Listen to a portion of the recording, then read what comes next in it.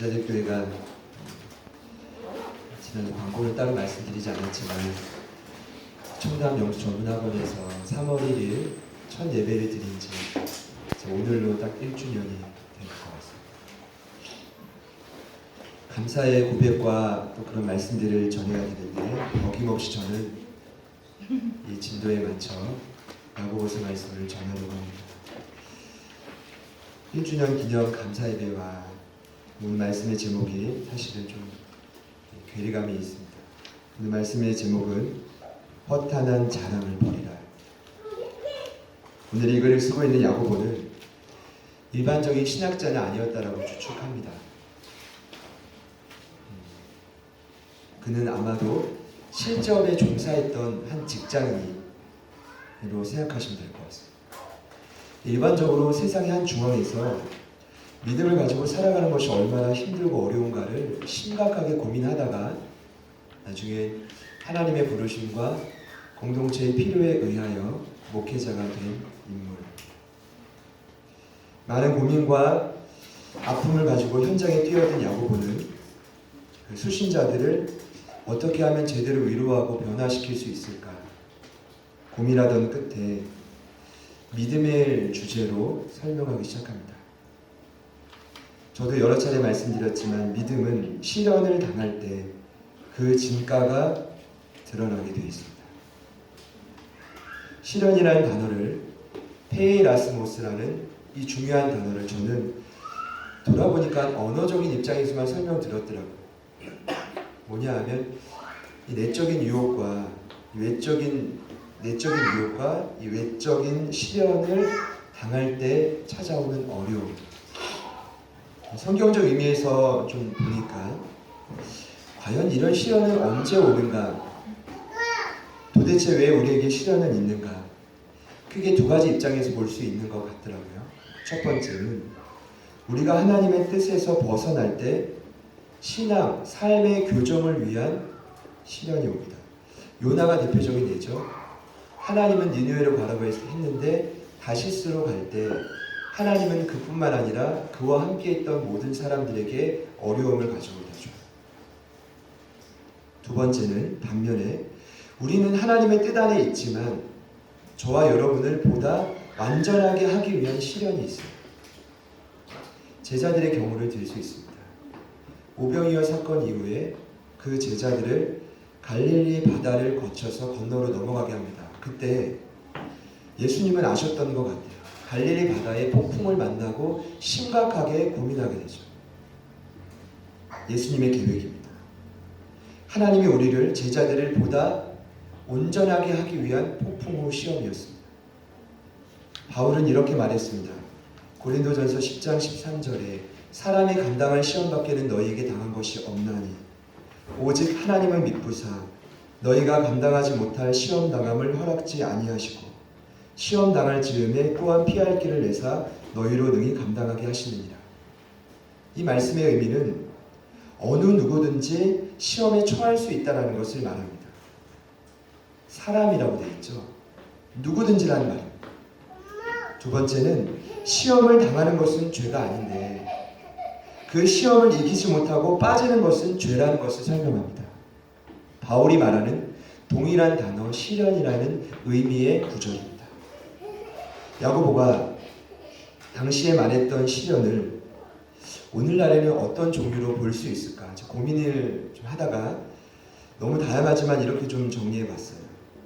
직업에 관련한 시련, 재정적인 시련, 가정적인 시련, 혹은 실패에 대한 두려움에서 오는 시련, 이 외에도 온갖 색깔과 무늬의 시련들이 있어요. 사고, 질병, 실망, 고통스러운 환경, 그 외에도 초자연적인 시련들이 너무나 많아요. 그러면 이 같은 시련을 허락하시는 목적을 야고보는 뭐라고 이야기했습니까? 분명히 말했습니다. 첫 번째는 우리들에게 인내를 기르기 위함이다. 인내라는 단어는 무엇 아래와 굳게 서 있다라는 두 단어의 합성어입니다. 한마디로 어려움이 찾아올 때 내가 그 아래서 굳게 서 있는 것을 의미합니다. 한마디로 견딘다라는 의미죠. 두 번째 목적은 온전함이라고 야고보는 말했습니다. 이 온전함이라는 단어는 어떤 일을 끝마치는 것을 의미합니다. 완전한 성숙을 의미합니다. 이렇게 표현이 가능할지 모르겠지만 신앙생활에도 졸업장이 있어요. 누가 그 졸업장을 받겠습니까? 성경에 의하면 완전히 성숙함에 이르는 것이 졸업의 의미입니다. 마태복음 5장에 예수님이 말씀하셨죠. 너희는 하늘에 계신 하나님의 온전하심까지 완전해야 된다. 불가능할 것처럼 보이지만 이것이 저희들의 신앙의 목적입니다. 이렇게 보면 저희들에게 주는 시련이 참 감사합니다. 왜냐? 저와 여러분들이 그 시련 속에서 나의 믿음이 어디까지 왔는지를 점검받을 수가 있어요. 그리고 그 믿음이 시련을 견디어내고 도리어 뛰어넘어 성숙해 하는 근원이 될 수 있다는 것입니다. 여러분에게는 한 주간 어떠한 시련이 있었습니까? 아니면 최근에 오랜 시간 지속적으로 스스로에게 시련으로 다가왔던 문제는 무엇입니까? 사람은요, 작은 일에도 쉽게 넘어질 수 있습니다. 아주 작은 일에도 마음이 상할 수가 있어요. 제가 어제는 사역을 마치고 운전하고 돌아오는 길에 잠깐 신호대기를 할 때 요즘에 라디오를 가끔 듣습니다. 93.9를 듣는데 그 추억의 팝송이 흘러나오더라고요. 그 코너 이름이 노을 속에 흐르는 추억의 팝송 뱀이양의 저녁 스케치 이건 것 같아요. 질문이 나와요. 병아리 때 종종종 봄 갑니다. 그 을 샵 9390으로 보낸 사람에게 또 커피와 도넛 쿠폰, 무료 쿠폰을 보낸다. 제가 태어나서 한 번도 유료 문자를 보낸 경험이 없습니다.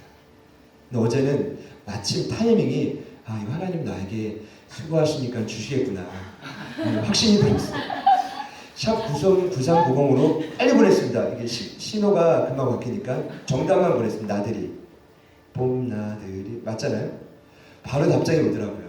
기계를 그렇게 걸어놨는지 뱀이양의 저녁 스케치 이거 참여해 주셔서 감사합니다. 웃음 표시로 왔어요. 이제 그 당첨자가 나올 것 같아서 계속 그 93.9에 초점 맞춰 들었습니다. 한참 방송을 듣다가 김포 이 사거리 푸르주 아파트 이제 막 거기를 또 지날 즈음에 이제 5명 추첨자를 말하는데 결론적으로 말씀드리면 제 이름이 없었어요. 제 번호. 그러니까 답을 이게 처음이라 그런지 답만 보내면 안 되는 거더라고요. 그러니까 어떤 사람은 결혼 20주년으로 어디 가평에 여행을 갔다가 돌아오는 길에 아름다운 팝송을 듣다가 이 정답을 보냅니다. 정답 나들이. 이 정도면 당첨이 되는 거예요. 어떻게 생각할지 모르겠지만 좀 시험이 들었어요. 야, 나들이 정답만 보내면 안 되나?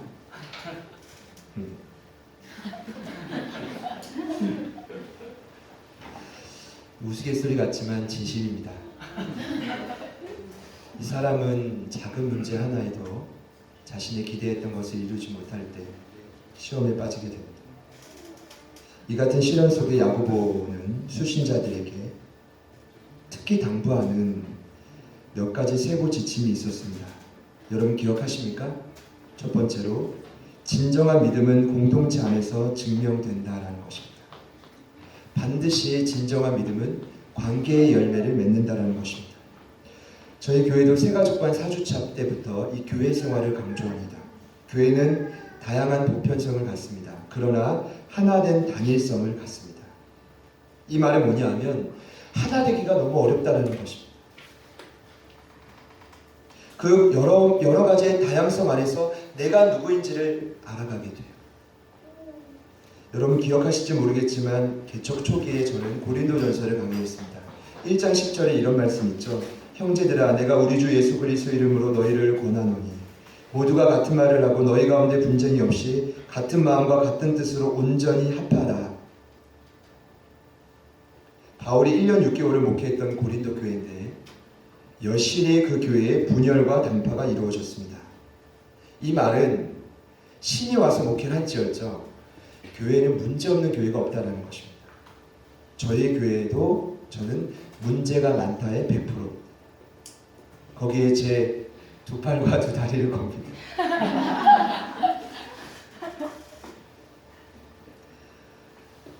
왜 개인의 믿음이 공동체에서 증명이 돼야 되느냐? 여러분, 오늘 사회를 일반적으로 불통사회라고 합니다. 한마디로 소통이 되지 않는다는 거. 교회 역시 하나님과 소통이 되지 않고 성도들 간에 소통이 되지 않기로 마음먹은 즉시 교회는 문제가 생겨나게 됩니다. 확률적으로 10명당 3명은 가정에서 대화를 하지 않는다고 합니다. 10명당 8명은 직장에서 동료들과 불화를 일으킨다고 합니다. 이 말은 오늘날 21세기 핵심 키워드는 관계고 조화입니다. 교회에서도 동일하다고 생각됩니다. 왜 조화를 이루는 것이 어려운가 생각해보니 내가 누군가와 하나가 되기 위해서는 내 것을 철저하게 포기해야 됩니다. 그리고 사랑하는 법을 배워야 돼요. 그리고 심지어 나보다 당신이 더 낫다라는 이게 최면이 아니라 진심으로 존중하는 법을 배워야 돼요. 그래서 하나 되기가 어렵습니다. 그런데 야고보는 말합니다. 진정한 믿음은 공동체 안에서 조화라는 관계의 열매를 맺게 된다는 것입니다. 두 번째로 말했습니다. 두 마음을 품지 말고 성결하고 하나님께 복종해라. 그리고 지난주에 서로 비방하지 말라. 진단이 있었는데 그 진단을 나의 말씀으로 받아들이지 않고 내 형제 자매의 문제로 받아들이고 서로를 비방했던 그들에게 야고보가 말한 것입니다. 그리고 오늘 이야기합니다. 오늘의 주제는 허탄한 자랑을 버리라. 도대체 허탄한 자랑이 무엇인가? 의미를 말씀드리겠습니다. 내 안에 거짓되고 믿업지 않은 교만을 의미합니다. 다시 한번요. 내 안에 거짓되고 믿업지 않은 교만을 의미합니다. 쉽게 말씀드리면 진실되지 않고 신뢰가 가지 않는, 그럼에도 불구하고 자신감이 넘치는 생각을 허탄한 자랑이라고 합니다. 제가 고민이 있었습니다. 도대체 이 야고보의 편지를 읽는 수신자들은 그 자신감이 어디서 나오는 것인가?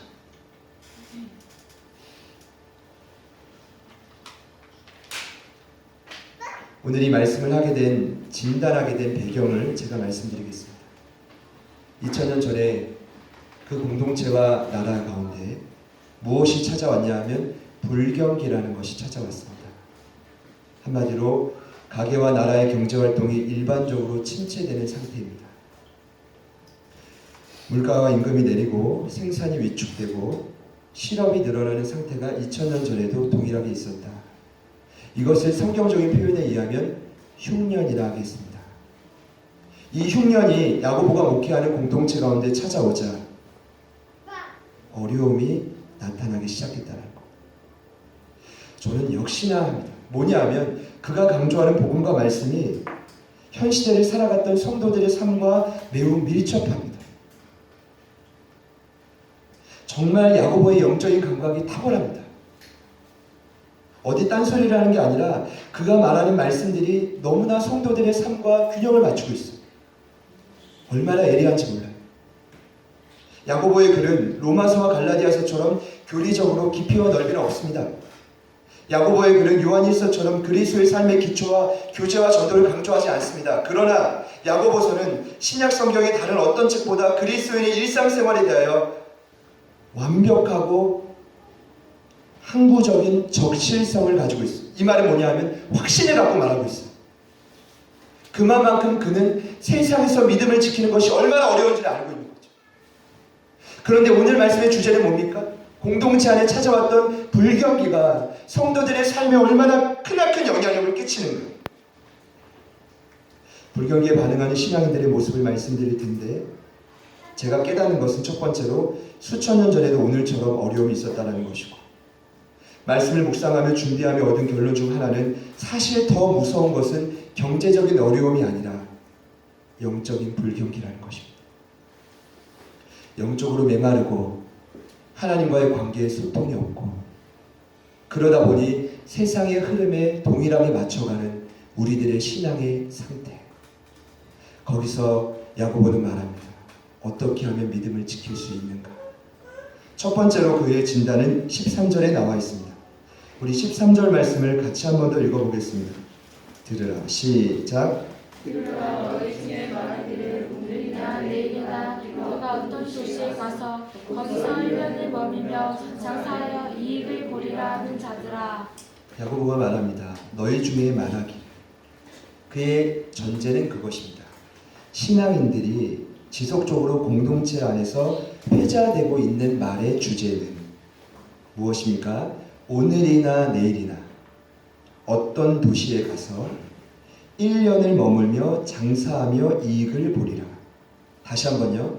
오늘이나 내일이나 어떤 도시에 가서 1년을 머물며 장사하여 이익을 보리라. 그들의 고민은 이것입니다. 내가 언제 떠나서 돈을 벌어야 되는가? 두 번째, 어디로 향하여 가서 어떤 지역에서 벌어야 되는가? 세 번째, 무엇을 할 것인가? 이것입니다. 말씀을 묵상하며 깨닫는 것은 첫 번째로 그들의 고민 중엔 하나님의 개입이 전혀 나타나지 않고 있다는 것. 하나님, 제가 언제 떠나야 됩니까? 이게 아니라 오늘이나 내일이라는 말은 뭐냐 하면 언제 움직일 것인지 확신이 없는 표현입니다. 이 말은 뭐냐 하면 전혀 하나님께 묻고 있지 않고 자신의 뜻대로 시간이 될 때 떠나자라는 고민을 하고 있는 거죠. 두 번째, 어떤 도시라는 말이 뭡니까? 어디로 갈지 확신이 없어요. 그러면서 말하죠. 이건 하나님의 뜻인 것 같다. 이건 하나님의 길을 열어주신 것 같다. 그게 아니라 확신 없다고 인정해야 되는 거죠. 하나님께 묻지 않습니다. 하나님 여기입니까? 아니면 다른 지역입니까? 아니면 이곳입니까? 그런 고민이 없이 그들은 어떤 도시에 간다고 합니다. 왜냐하면 목적이 분명하거든요. 돈을 버는 것입니다. 아브라함의 믿음의 여정 속에 몇 가지 오점을 저희는 발견할 수 있습니다. 여러분 잘 아시겠지만 친척 롯을 데리고 간 것, 온전한 순종이 아니죠. 여종 하갈을 통해 이스마엘을 낳은 것, 온전한 순종이 아닙니다. 그런데 그의 믿음의 여정 속에 큰 오점이 있다면 자신의 아내를 누이라 속인 것. 너무한 거 아닙니까? 어찌 자신의 목숨보다 더 소중한 아내를 누이라고 속일 수 있습니까? 그것도 그 이유가 뭔지 알아요? 자기가 살기 위해서. 그 시초가 어디냐 하면 흉년이 가나안 땅에 들어왔을 때 그는 하나님께 묻지 않고 애굽을 향해 갔습니다. 창세기 12장을 보면 이 땅을 내 자손에게 주리라. 그 말씀을 듣고 가나안 땅 베델에서 하나님 앞에 예배 제단을 쌓습니다. 계속 하나님을 예배하자 하나님의 그의 지경을 넓혀줘요. 여러분 잘 들어봐요. 나의 지경이 넓혀지는 것은 그냥 넓혀지는 게 아닙니다. 아브라함처럼 하나님께 은혜를 경험했을 때 그 자리를 기억하고 예배하고 이것이 지속될 때만이 하나님이 그의 삶을 축복하시는 거예요. 아브라함 인생에 분명히 나와 있습니다. 그런데 갑자기 찾아온 흉년 앞에 그는 당시의 어려움에 이방인들도 반응했던 모습과 동일하게 애굽 땅으로 그대로 내려갑니다. 누구나 할 수 있었던 것입니다. 아브라함은 하나님께 그의 인생의 진로를 전혀 묻지 않았습니다. 부르심의 자리에서 기도하지 않았습니다. 그 땅에 찾아온 하나님의 시련 앞에 전혀 묻지 않고 그곳을 당당하게 떠났습니다. 안타깝고 죄송하지만 이미 아브라함의 삶의 주인은 하나님이 아닙니다. 오늘 여러분이 보시는 이 야고보의 수신자들의 삶은 더 이상 예수 그리스도가 아닙니다. 이해되십니까? 신앙인이라고 말하지만 그들의 삶의 목적은 죄송합니다만 언제 떠나든 어디를 가든 유일한 목적은 단 하나입니다. 1년 이곳에 머물며 내가 장사하여 이익을 보리라.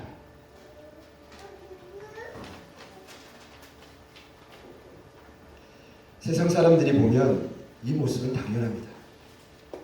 어느 누구를 만나도 이것이야말로 삶의 목표입니다. 여러분 정말입니다. 그러나 예수님을 믿고 심지어 그분을 전적으로 따라 제자 되고자 하는 자들의 삶에서는 달라야 합니다.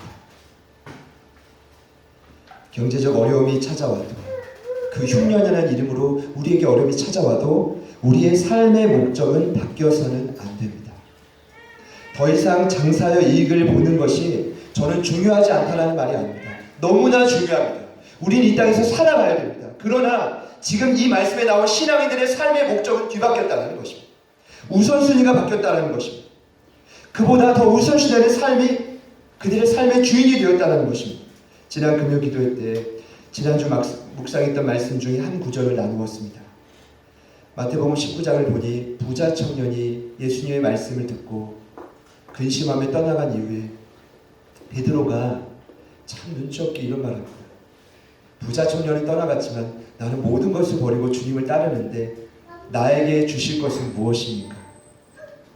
그때 예수님이 말씀하십니다. 너희가 하늘 보좌에서 12 지파를 심판할 것이다. 그런데 이런 말씀하시죠. 또 내 이름을 위하여 집이나 형제나 자매나 부모나 자신이나 전토를 벌인 자마다 여러 배를 받고 또 영생을 상속하리라. 그러나 먼저 된 자로서 나중되고 나중된 자로서 먼저 될 자가 많으니라. 처음에 이 말씀이 이해가 되지 않았습니다. 그러나 저에게 깊게 와닿던 한 단어는 내 이름을 위하여. 베드로, 너희들 제자들이 아무리 모든 것을 버리고 나를 따랐다 할지라도 너희들의 삶의 목적이 예수 이름을 위하여가 아니면 여러 배를 받고 영생을 상속할 수 없다라는 말입니다. 이 말은 뭐냐 하면 우리가 아무리 열심을 내고 이 땅에서 신앙생활을 한다 할지라도 내 삶의 우선순위가 뒤바뀔 때 하나님이 그 인생을 책임질 수 없다는 것입니다.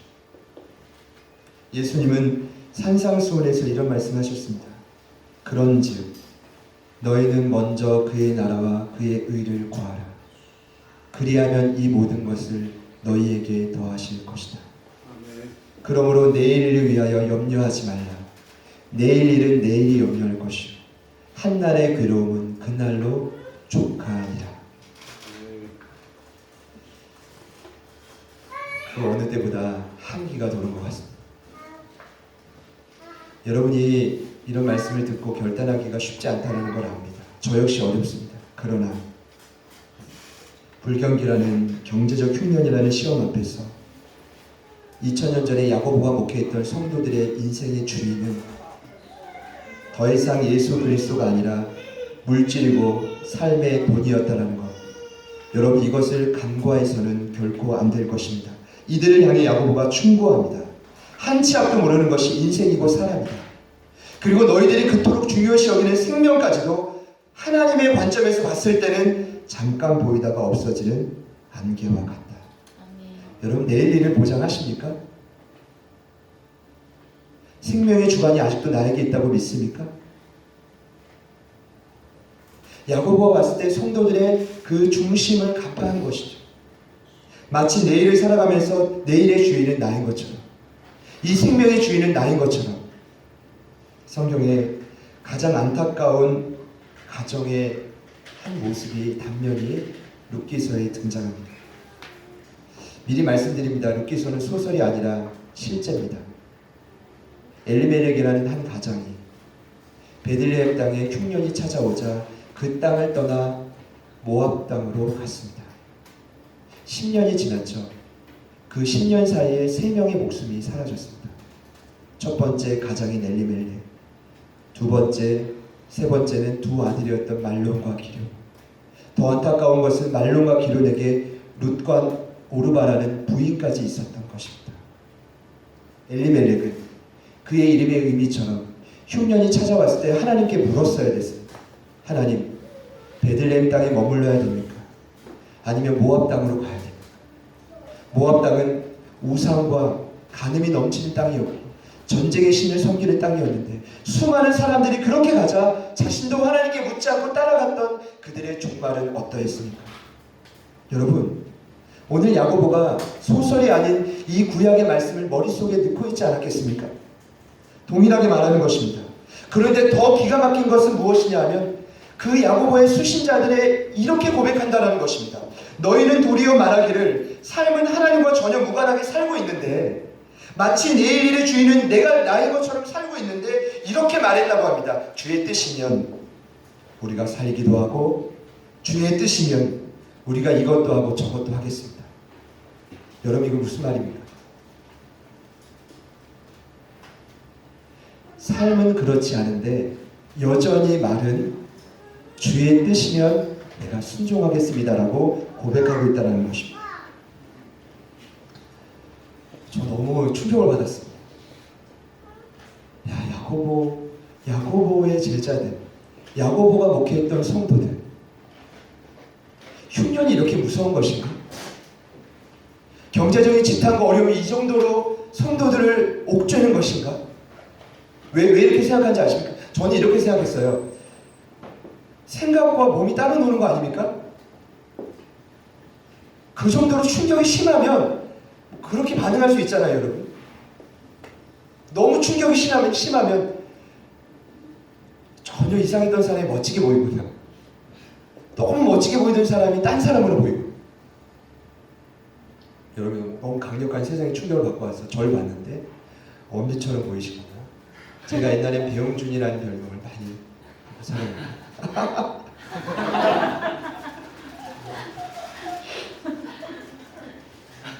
목사님 배용준처럼 보입니다. 이게 제정신이 아니잖아요. 충격받은 거 아닙니까? 저는 좀 그렇게 생각하기로 했어요. 그게 아니면 뭔지 아십니까? 완전 거짓말자입니다. 그게 아니면 뭔지 아십니까? 그 사람은 결코 신뢰하지 못하는 자입니다. 그러나 야고보는 전자가 아니라 후자라 믿었습니다. 충분히 훈련받고 양육되고 준비된 성도라 할지라도 삶의 모습과 내 말은 따로 놀 수 있다는 것입니다. 그래서 야고보가 말한 것입니다. 허탄한 자랑을 버리라. 거짓되고 신뢰하지 못하며 그럼에도 불구하고 말만 앞서는 그 교만함을 버리라는 것입니다. 충격에서 헤어나오지 못하고 있습니다.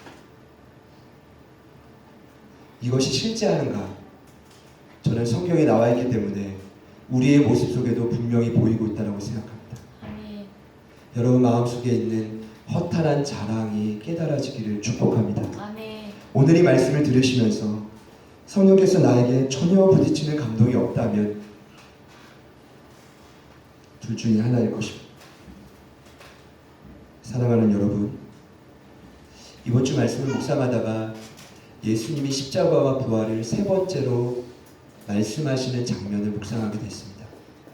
잘 들어보세요. 몇 번째요? 세 번째. 제가 어제 청년들과도 잠시 나눴지만 세 번째로 말씀을 제자들만 따로 불러서 끝내자마자 그때에 야고보와 요한과 그의 어머니가 예수님을 붙들고 부탁합니다. 예수님, 나중에 예수님이 왕이 되시면 우리 두 아들 중에 한 아들을 우편에, 한 아들을 좌편에. 예수님의 마음이 얼마나 안타까웠겠습니까? 예수님이 지금 그거 이야기했습니까? 예수님이 그에게 묻습니다. 너희는 너희가 구하는 것을 지금 알지 못한다. 내가 마시려는 잔을 너희가 결코 마실 수 없다. 그랬더니 더 기가 막힌 건 야고보와 요한이 자신 있게 말합니다. 아니요, 할 수 있습니다. 결과는 어땠습니까? 예수님이 보이는 십자가를 지고 골고다 언덕길을 오를 때 12명은 그 자리에 한 명도 없었습니다. 사순절 기간입니다. 제가 기도했던 제목이 이것입니다. 하나님, 십자가를 묵상하고 따라간다고 말하는 우리들의 삶이 얼마나 허황되고 허탄한지를 깨닫게 하십시오. 아멘. 이것이 깨달아지는 것이 은혜고 깨달아지는 것이 회복의 단초 역할을 할 것입니다. 아멘. 지난 목회와 신학 2월호를 보니까 영성을 주제로 많은 글을 학자들이 올리고 목회자들이 올렸더라고요. 그런데 한 글이 저에게 깊게 와닿습니다. 정말 영성이 무엇입니까? 참된 영성이란 예수님을 닮아가는 것. 그분을 닮아간다는 건 그분의 생각과 마음을 제대로 간파해야 되죠. 그런데 그 한 목사님이 글을 쓰며 이렇게 진단하더라고요. 한국교회의 가장 큰 문제점은 예수님의 생각과 교인들의 생각이 너무나 다르다. 예수님의 비전과 교회와 목회자의 비전이 너무나 다르다. 어떻게 생각하십니까? 예수님은 십자가 지기 위해 목숨 걸고 달려가시는데 나는 어떻게 하면 더 살 수 있을까? 그러면서 그분이 한 가지를 제안합니다. 한국교회 안에 침묵 훈련이 회복되어야 됩니다. 예수님은 모든 사역을 하시기 전에 산으로 올라가 잠잠히 주님 앞에 기도했습니다. 공생의 사역을 시작하기 전에 40일 동안 금식하며 기도했습니다. 왜 그랬을까요? 하나님의 뜻을 제대로 알기 위해서였습니다. 저는 확신합니다. 여러분의 일상 속에 단 5분만이라도 진지하게 주님 앞에 침묵할 수 있는 시간이 있다면, 그래서 주님의 뜻을 제대로 분별할 수만 있다면 저와 여러분의 삶은 많이 바뀌어질 것입니다. 오늘 말씀을 마무리하겠습니다. 야고보는 오늘 본문을 이렇게 마무리합니다. 그러므로 사람이 선을 행할 줄 알고도 행하지 아니하면 죄니라.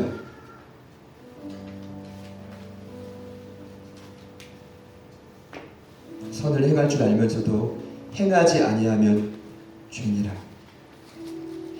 야고보가 이렇게 말한 겁니다. 너희들은 이미 알고 있다.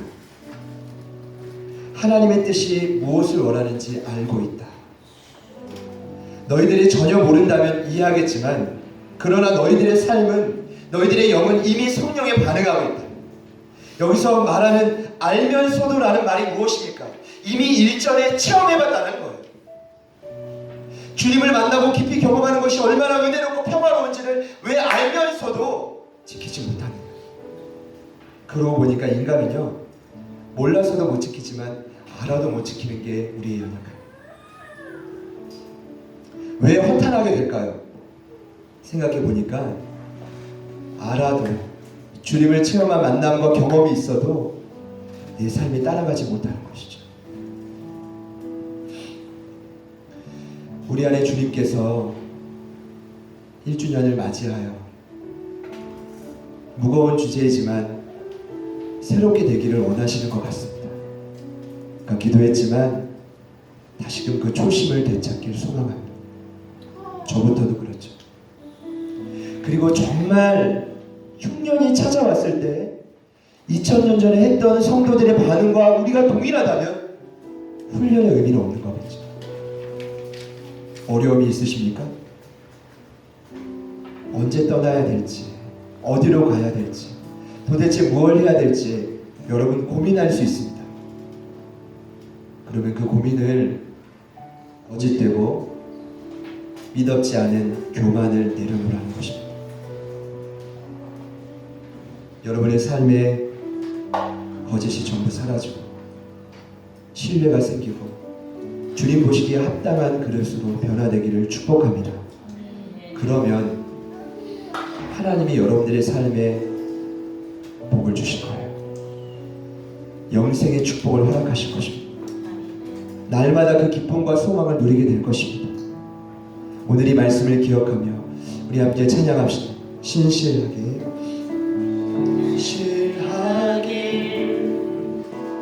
진실하게 거룩하게 살게 하소서. 진실하게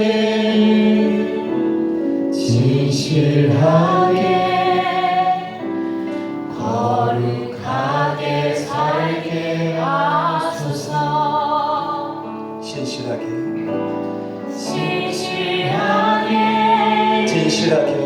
진실하게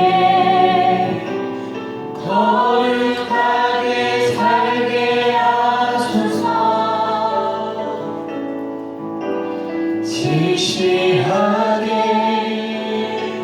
진실하게 거룩하게 살게 하소서. 다시금 이 찬양 고백할 때 우리 두 손을 잠시 가슴에 모아봅시다. 주님 앞에 내 삶에 최근에 아니면 지속적으로 있었던 진실되지 못한 모습, 신뢰받지 못한 모습, 그럼에도 불구하고 이 수신자들처럼 주의 뜻이면 내가 이것도 하고 저것도 하겠다라고 회자했던 나의 입술의 여러 가지 교만들, 그 모든 것을 주님 앞에 다 내려놓게 하여 주옵소서. 주님 앞에 모두 다 정결케 씻어 주옵소서. 우리 마음으로 다 같이 한 번 더 고백합시다.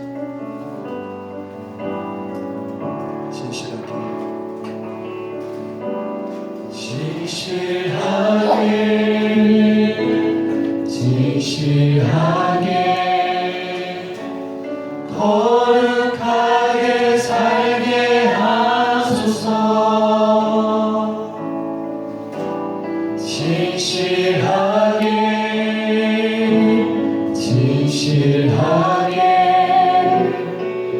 거룩하게 살게 하소서. 진실하게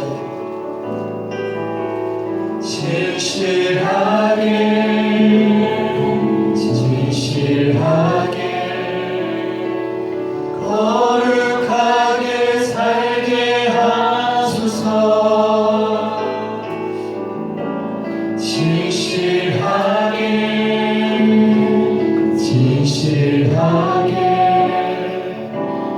거룩하게 살게 하소서. 하나님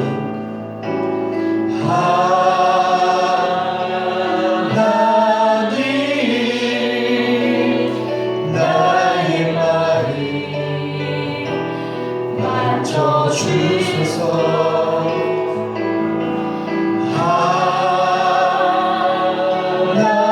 하나님 나의 영혼 새롭게 하소서. 하나님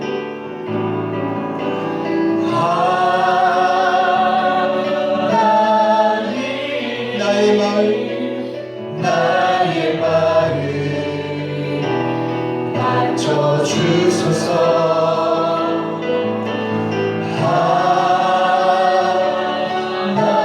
하나님 나의 영혼 새롭게 하나님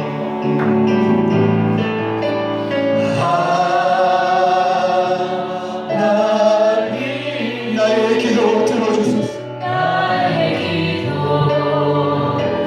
들어주소서.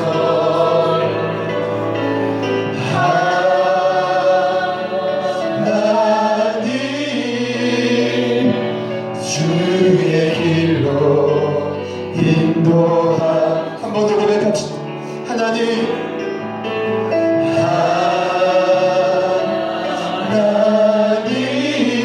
하나님 나의 기도 들어주소서.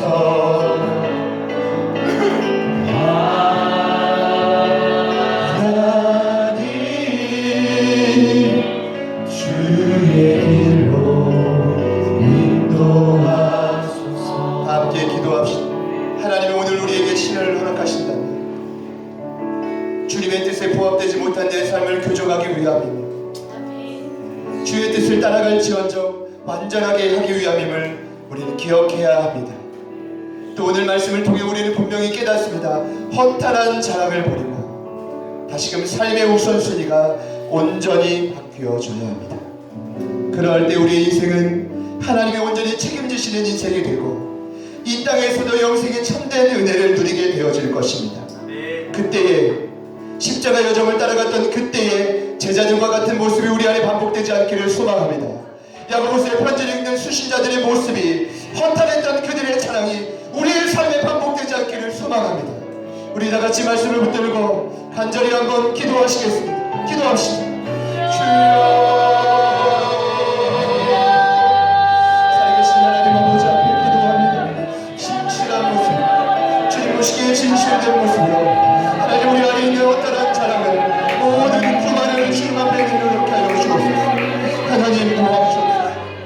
내일이나 어떤 도시에 가서 1년을 일하며 장사비를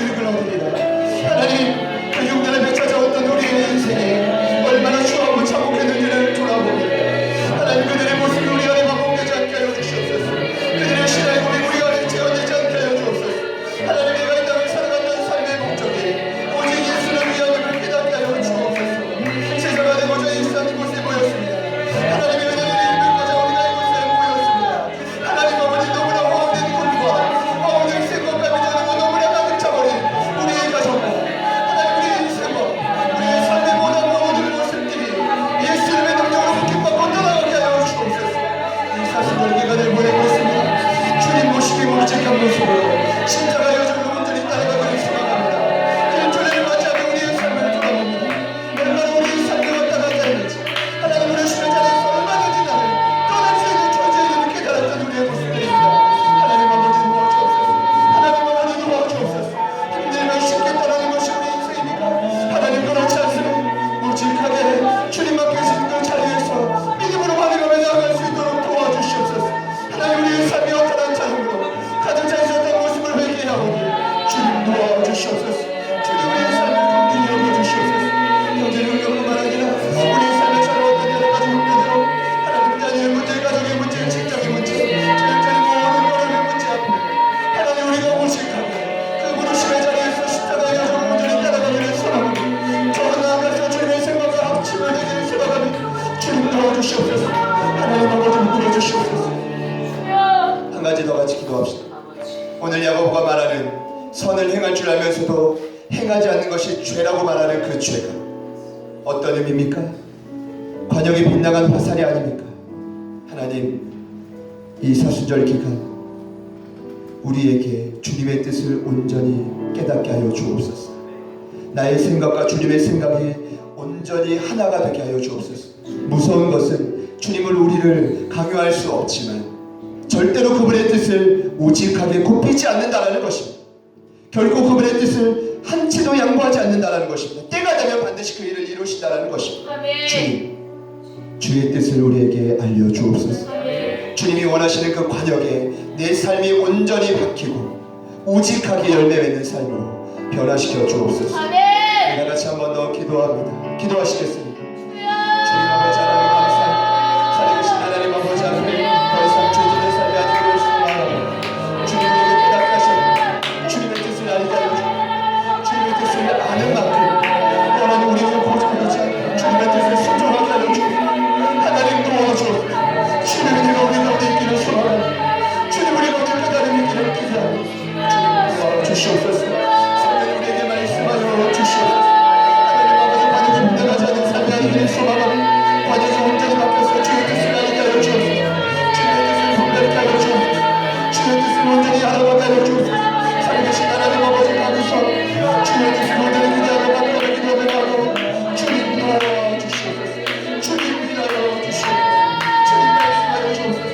하나님의 사람들과 정말 주님의 뜻을 알아 순종하며 나아갈 수 있는 우리가 되어지게 하여 주시옵소서. 주님 깨닫게 하여 주옵소서. 하나님 말을 읽게 하여 주옵소서.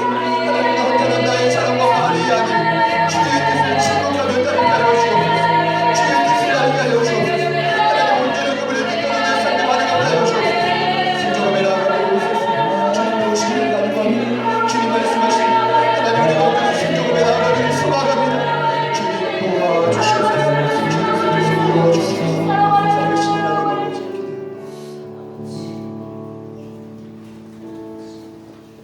기대하지 않았던 전혀 달갑지 않고 반갑지 않은 그 흉년 앞에 경제적 어려움, 가정의 어려움, 심지어 자녀의 어려움, 직장의 어려움, 알 수 없는 그 여러 가지 시련 앞에 우리의 모습이 어떠한지를 오늘 말씀을 통해 돌아보게 하시니 감사합니다.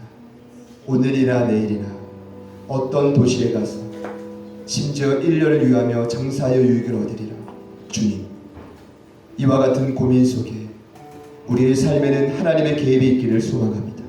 하나님, 언제 어느 곳으로 떠나야 합니까? 그리고 무엇을 하며 주의 사명을 감당해야 됩니까? 우리가 일을 하지만 일하는 참된 삶의 이유는 예수 이름을 위함임을 우리의 삶에 잊지 않도록 주님의 은혜를 내려 주시옵소서.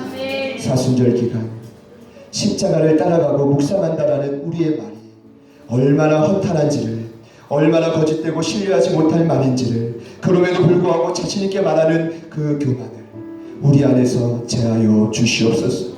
우리 안에서 눈 녹듯이 제하여 주시옵소서. 차라리 주님 앞에 침묵하며 주의 뜻을 알 수 있도록 1분 단 5분이라도 우리의 삶의 주의 뜻을 알게 하여 주시고, 더 나아가서 우리 주님처럼 어떠한 시련에도 십자가를 우직히 질 수 있는 그 부르심의 자리에서 흔들리지 않는 하나님의 사람 되게 하여 주시옵소서. 베들레헴 약속과 축복의 떡이 있는 찬송이 깃드는 그 부르심의 자리, 어떠한 흉년이 들어도 끝까지 주님을 신뢰하며 내가 변화되고 주님처럼 우직한 하나님의 사람 되게 하여 주시옵소서. 아멘. 주님, 주의 뜻임을 믿습니다. 오늘 이 말씀이 진리라고 한다면 야고보의 간구와 이 고백이 우리의 삶에 그대로 경험되어지게 하여 주옵소서. 일하실 주님을 기대하며 예수님의 이름으로 기도합니다. 아멘.